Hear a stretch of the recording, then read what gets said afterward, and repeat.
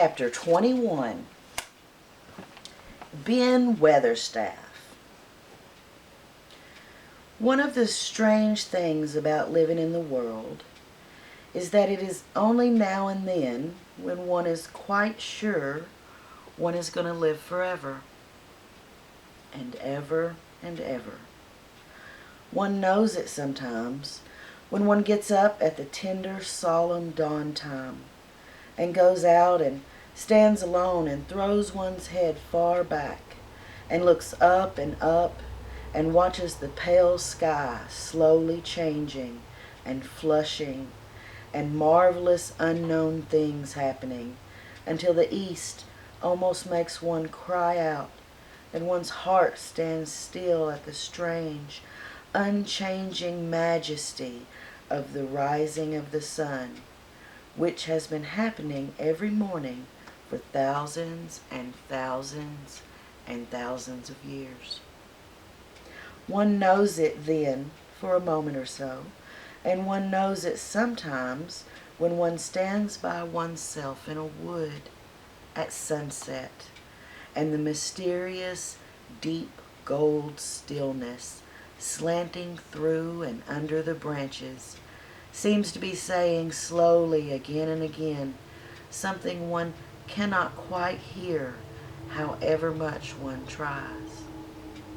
Then sometimes the immense quiet of the dark blue at night with millions of stars waiting and watching makes one sure.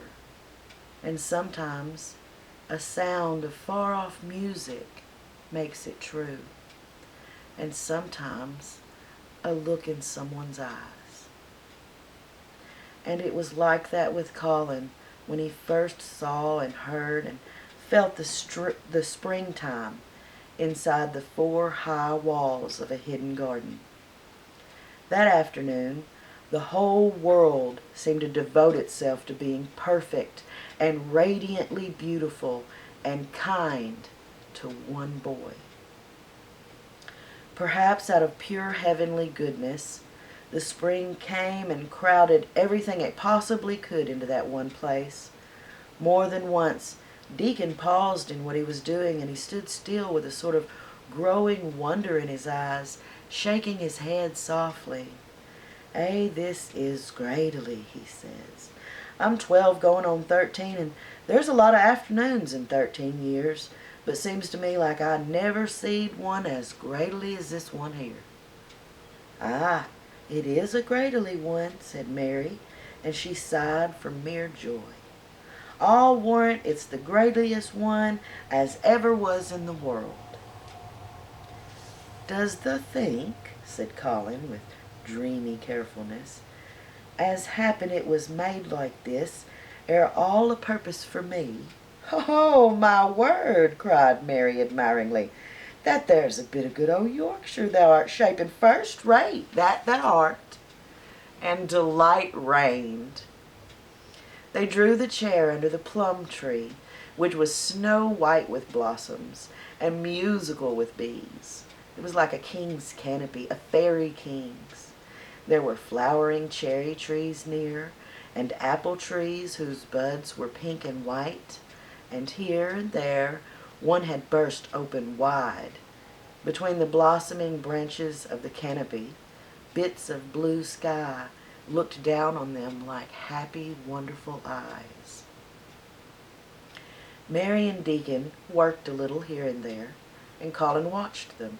They brought him things to look at, buds which were opening, buds which were tight closed, bits of twig whose leaves were just showing green, the feather of a woodpecker which had dropped on the grass, the empty shell of some bird early hatched.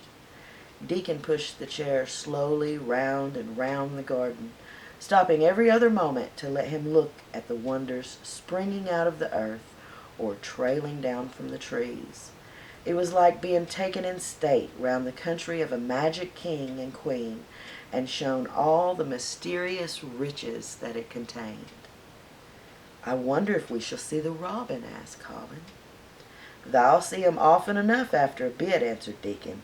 "When the eggs hatches out, the little chap, He'll be kept so busy it'll make his head swim. Thou'll see him flying backwards and forwards, carrying worms nigh on as big as he himself. And that much noise going on in the nest when he gets there as fair flusters him, so he scarce knows which big mouth to drop the first piece in, and the gaping beaks and squawks on every side. Mother says when she sees the work that a robin has to do to keep those gaping beaks filled, she feels like she's a lady with nothing to do. She says she's seen the little chaps when it seems like the sweat must be dropping off of 'em, though folks can't see it. This made them giggle so delightedly that they were obliged to cover their mouths with their hands, remembering that they must not be heard. Colin had been instructed as to the law of whispers and low voices several days before. He liked the mysteriousness of it, and he did his best, but in the middle of excited enjoyment it is rather difficult never to laugh above a whisper. Every moment of the afternoon was full of new things, and every hour of the sunshine grew more golden. The wheeled chair had been drawn back under the canopy, and Deacon had sat down on the grass and had just drawn out his pipe when Colin saw something he had not had time to notice before. "That's a very odd tree over there, isn't it?" he said. Deacon looked across the grass at the tree, and Mary looked, and there was a brief moment of stillness. "Yes," answered Deacon. After it, his voice had sounded very gentle. Mary gazed at the tree and thought, "Well, the branches are quite gray, and there's not a single leaf anywhere," Colin went on. "It's quite dead, isn't it?" "Aye," admitted Deacon. "But them roses, as they climbed all over it, will near hide every bit of the dead wood when they're full of leaves and flowers, and it won't look dead then. It will be the prettiest one of all." Mary still gazed at the tree and thought. "Well, it looks as if a big branch has been broken off," said Colin. "I wonder how it was done." "It's been done many a year," answered Deacon. "Eh?" with a sudden relieved start, and laying his hand on Colin. "Look at that robin. There he is. He's been foraging for his mate." Colin was almost too late, but he just caught sight of him. The flash of a red-breasted bird with something in his beak. He darted through the greenness and into the close-grown corner and was out of sight. Colin leaned back on his cushion again, laughing a little. "He's taking her tea to her. Perhaps it's 5 o'clock. I think I'd like some tea myself." And so they were safe. "It was magic which sent the robin," said Mary secretly to Deacon afterward. "I know it was magic." For both she and Deacon had been afraid Colin might ask something about the tree whose branch had broken off 10 years ago, and they had talked it over together, and Deacon had stood, and he had rubbed his head in a troubled way. We must look as it's no different from any other tree," he said. "We could never tell him how it broke, the poor lad. If he says anything about it, we must try to look cheerful." "Ah, that we must," said Mary. But she had not felt as if she looked cheerful when she gazed at the tree. She wondered and wondered in those few moments if there was any reality in that other thing that Deacon had said. He had gone on rubbing his rest-red hair in a puzzled way, but a nice comforted look had begun to grow in his blue eyes. "Miss Craven was a very lovely young lady," he had gone on rather hesitantly, "and Mother thinks that maybe she's about Misselthwaite many a time, looking after Master Colin, same as all mothers do when they're took out of this world. They have to come back, thee sees. Happen she sees him in the garden, and happen it was her that set us to work here and told us to bring him here." Mary had thought he meant something about magic. She was a great believer in magic. Secretly, she quite believed that Deacon worked magic, of course good magic, on everything near him, and that was why people liked him so much, and wild creatures knew he was their friend.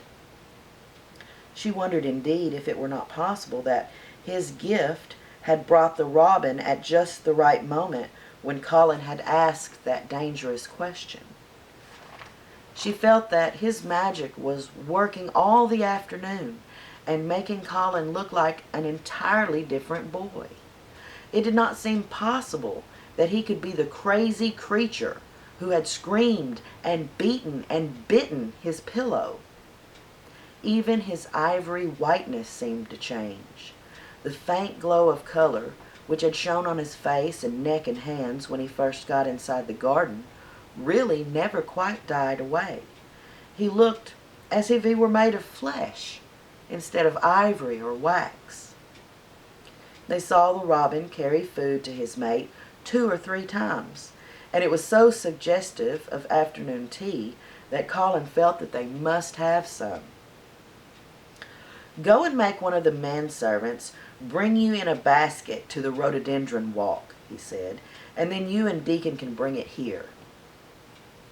It was an agreeable idea and easily carried out, and when the white cloth was spread upon the grass, with hot tea and buttered toast and crumpets, a delightfully hungry meal was eaten, and several birds, on domestic errands, paused to inquire what was going on, and were led to investigating crumbs with great activity.